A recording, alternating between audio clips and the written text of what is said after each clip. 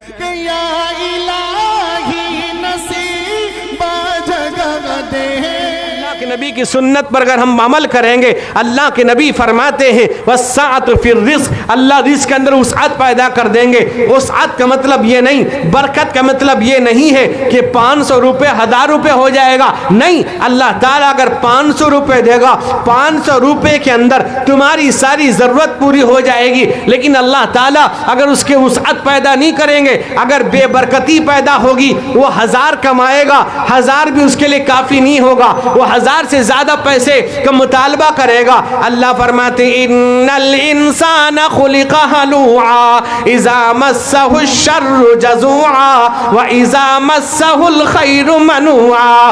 اللہ کہتے ہیں انسان بڑا کم ہمت ہے، جب مصیبت آتی ہے، ہائے مصیبت، جب اللہ وسعت دیتے ہیں، اللہ دولت دیتے ہیں تو بخیلی کرتا ہے۔ اللہ کہتے ہیں جب بخیلی کرے گا اللہ تعالیٰ اس نعمت کو چھین لیں گے، برکتیں ختم ہو جائیں گی۔ میرے جوانوں، میں ایک جگہ گیا، اب صوبے سے باہر گیا، ایک صاحب کے پاس جہاں رات ہمیں وہاں ٹھہرنا تھا، وہاں پر ہم 2 دن رہے۔ اللہ اکبر، اس آدمی کو کچھ پتا بھی نہیں ہے اس کے پاس کتنے پیسے ہیں۔ میرے دوست بزرگ نوجوانوں، ہم نے دیکھا اس کو رات بھر چین کی نیند نہیں آتی، نہ چین سے کھاتا ہے، نہ چین سے بیٹھتا ہے، نہ چین سے سوتا ہے۔ اب یہ ہے کہ ہم سو گئے، عشاء کے بعد کھانا کھائے، آرام سے سوئے، صبح اذان پہ آنکھ کھلی، وہ حیرت میں تھا کہ آپ حضرات کو اتنے سکون کی نیند آتی ہے۔ میں نے کہا اس سے، میرے بھائیوں، میں نے ان سے ایک جملہ کہا کہ حاجی صاحب یاد رکھیے گا، کبھی آپ تبصرے میں نہ جائیے، کبھی آپ دولت کو بڑی چیز نہ سمجھیے،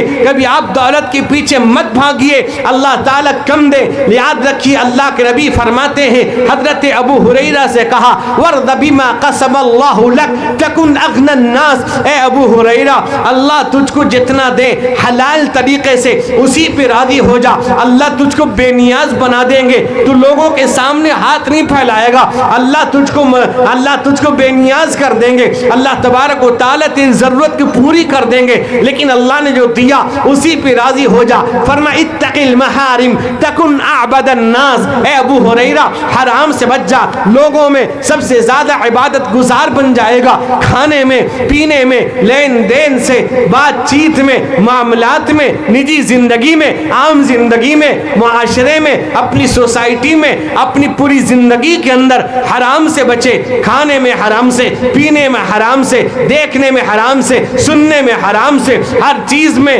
ہمیں دوست بزرگوں اپنے آداب و چوارے سے حرام سے بچ جائے۔ اگر حرام سے بچ جائے گا، ایک صحابی ہے حضرت سعد رضی اللہ عنہ، حضرت سعد رسول اکرم سید بنی آدم حضور سید عالم محمد الرسول اللہ صلی اللہ علیہ وسلم سے فرماتے ہیں یا رسول اللہ میرے حق میں دعا کر دیجئے، اللہ تعالیٰ مجھے مستجاب الدعوات بنا دے۔ مستجاب الدعوات کا مطلب میں جہاں جو دعا مانگوں اللہ تعالیٰ میری جائز دعاؤں کو قبول فرما لے۔ اللہ کے نبی نے جہاں ان کے لیے مستجاب الدعوات ہونے کی دعا فرمائی، وہیں آپ نے فرمایا یا سعد اتق المحارم، اے سعد حرام سے بچنا، حرام سے بچو۔ صحابی ہے میرے دوست بزرگوں، وہ کتنا پرہیزگار ہوں گے، کتنا متقی ہوں گے۔ قرآن کہتا ہے اولئک الذین امتحن اللہ قلوبہم للتقوی، قرآن جن کے تقوی کی دل کی گارنٹی دیتا ہے۔ میرے دوست اور بزرگوں جوانوں، اب بتلائیے کہ حرام سے اگر نہیں بچے گا، اللہ نے جتنا دیا اسی پہ راضی ہو جاؤ۔ زیادہ کمانے کے لیے حرام و حلال کی تمیز نہیں کرتا۔ میرے دوست بزرگ نوجوانوں یاد رکھیے، اگر حرام و حلال کی تمیز نہیں کریں گے، یاد رکھیے ہماری زندگی زہر آلود بن جائے گی۔ حرام و حلال کی تمیز نہیں کرے گا، اللہ تعالیٰ سنت سے دور کر دے گا، نماز سے، زکوٰۃ سے، حج سے، روزے سے اللہ دور کر دیں گے۔ آج میرے جوانوں، آج اگر کسی کو حج کے لیے کہیے، وہ کہتا ہے میرے پاس پیسے کہاں ہیں، میرے پاس دولت کہاں ہے، میرے پاس کہاں، زمینوں کے زمین لیے بیٹھے ہیں، ضرورت سے زیادہ زمین سینے ہیں اس کے پاس موجود ہیں، استطاعت موجود ہے. لیکن میں ایک بات آج کہتا چلوں میرے بھائیوں، میرے جوانوں، 5 وقت کی نماز پابندی سے پڑھو. اور میرے دوست بزرگوں، اس نماز میں ایک جملہ میرا یاد رکھنا، ہر نماز میں دعا مانگنا، اے اللہ مجھے حج کی توفیق عطا فرما دیجئے. میرے جوانوں، اگر سچے دل کے ساتھ، یقین کے ساتھ، اعتماد کے ساتھ، بھروسے کے ساتھ اگر آپ یقین سے دعا کریں گے کہ دعا کو قبول کرنے والا اللہ، حج میں بھیجنے والا اللہ، اللہ کی توفیق سے آدمی جاتا ہے، وہ دن دور نہیں. اللہ تعالیٰ آپ کو بھی حرمین شریفین کی زیارت کی توفیق نصیب فرمائے گا. میرے جوانوں، مجھے آپ کو پتہ نہیں ہے، میں 3 دفعہ حاضر ہوا لیکن مجھے پتہ نہیں تھا میں وہاں پہنچ پاؤں گا نہیں پہنچ پاؤں گا. ایک دفعہ بادشاہ کی دعوت پہ گیا جمعیت علماء کی طرف سے، وہاں پہنچا، الحمدللہ مجھے کعبے کے غلاف کی سلنے کا موقع ملا. میرے جوانوں، میرے بھائیوں، میرے بزرگوں، اب اللہ کی توفیق مانگو. مجھے یاد ہے ایک جگہ شہر میں ہمارے اڑیسہ میں ہی ایک امام صاحب، ابھی چند دن پہلے ان سے ملاقات ہوئی تھی، کافی بوڑھے بھی ہو گئے ہیں. وہ کہنے لگے، مجھے ایک واقعہ سنایا. میرے دوست اور بزرگوں، وہ امام صاحب، وہ ایک مولانا صاحب ان کا واقعہ سناتے ہیں. سنانے کے بعد یہ کہتے ہیں وہ امام صاحب مؤذن صاحب تھے، وہ اذان دیتے اور نماز پڑھتے، اللہ سے دعا مانگتے، اللہ میں بہت غریب آدمی ہوں، میں تو مؤذن ہوں، میری تنخواہ بہت کم ہے، گھر کی ضرورت پوری ہو جاتی ہے، لیکن میرے مولا تیرے گھر کی زیارت کرنا چاہتا ہوں، تیرا گھر دیکھنا چاہتا ہوں، تیرے حرمین شریفین حاضر ہونا چاہتا ہوں، مجھے حج کی توفیق دے دیجئے. میرے دوست بزرگوں، ان پہ حج فرض نہیں تھا، دعا مانگ رہے تھے. کئی دنوں کے بعد، کئی سال کے بعد ایک مرتبہ بیٹھے ہوئے ہیں، جمعے کا دن ہے، ایک صاحب آتے ہیں، مؤذن صاحب کے سر پہ ہاتھ رکھتے ہیں. کہا کہ مؤذن صاحب کیا آپ حج میں جائیں گے؟ وہ کہنے لگے، کہاں ہاں جاؤں گا، میں جانا چاہتا ہوں، میں دعا مانگتا ہوں. میرے دوست اور بزرگ جوانوں، وہ مولانا صاحب وہی بوڑھے ہو گئے، آج بھی حیات سے ہیں. وہ کہتے ہیں وہ ایک وزٹنگ کارڈ دے گیا، کہا یہ کارڈ رکھیے، مجھ سے رابطہ کریے گا، میں انشاءاللہ آپ کو حج میں بھیجوں گا. وہ چلا گیا. مؤذن صاحب اس کو پہچانتے نہیں تھے. وہ مولانا صاحب کے پاس پہنچے اور کہا کہ ایک صاحب آئے میرے پاس. آنے کے بعد انہوں نے کہا مجھے حج میں جانے کے لیے یہ کارڈ انہوں نے دیا. تو مولانا صاحب جب نام دیکھے پہچان کے، اگر فلاں آدمی ہے، یہ تو میرے پہچان کا ہے. فوراً ٹیلی فون کیا، انہوں نے فون اٹھایا، کہا مولانا فرمائیے کیا بات ہے؟ کہنے لگے آپ نے ابھی مؤذن صاحب کو کچھ کہا ہے؟ کہا کہ ہاں مولانا، مؤذن صاحب کو میں حج میں بھیجنا چاہتا ہوں. میرے دوست بزرگ وہ کہتا ہے میں رات میں سویا، رات میں مجھے دل میں خیال آیا. وہ کہتا ہے مجھے یاد نہیں، میں نے خواب دیکھا کہ کیا دیکھا کہ مؤذن صاحب کو حج میں بھیجنا ہے. اللہ نے دولت سے نوازا تھا. مولانا کہنے لگے ان کا پاسپورٹ نہیں ہے. مولانا کو ذمہ داری دیتا ہے، وہ پاسپورٹ تیار کرتے ہیں. تیار کرنے کے بعد وہ مؤذن صاحب حج میں جاتے ہیں. میرے بھائی بزرگوں، کیا تھا ان کے پاس؟ کون سی دولت تھی؟ کون سا خزانہ تھا؟ کون سا پیسہ تھا؟ میرے دوست بزرگوں، کون سی تنخواہ لوگ دے رہے تھے؟ لیکن وہ مانگتے تھے سچے دل کے ساتھ، یقین کے ساتھ، اعتماد کے ساتھ، بھروسے کے ساتھ، یقین کے ساتھ کہ اللہ قبول کرنے والے ہیں. دعا مانگتے تھے. میرے دوست بزرگوں، پہنچا جو حرم کی چوکھٹ پر، ایک ابر کرم نے گھیر لیا. پہنچا جو حرم کی چوکھٹ پر، ایک ابر کرم نے گھیر لیا.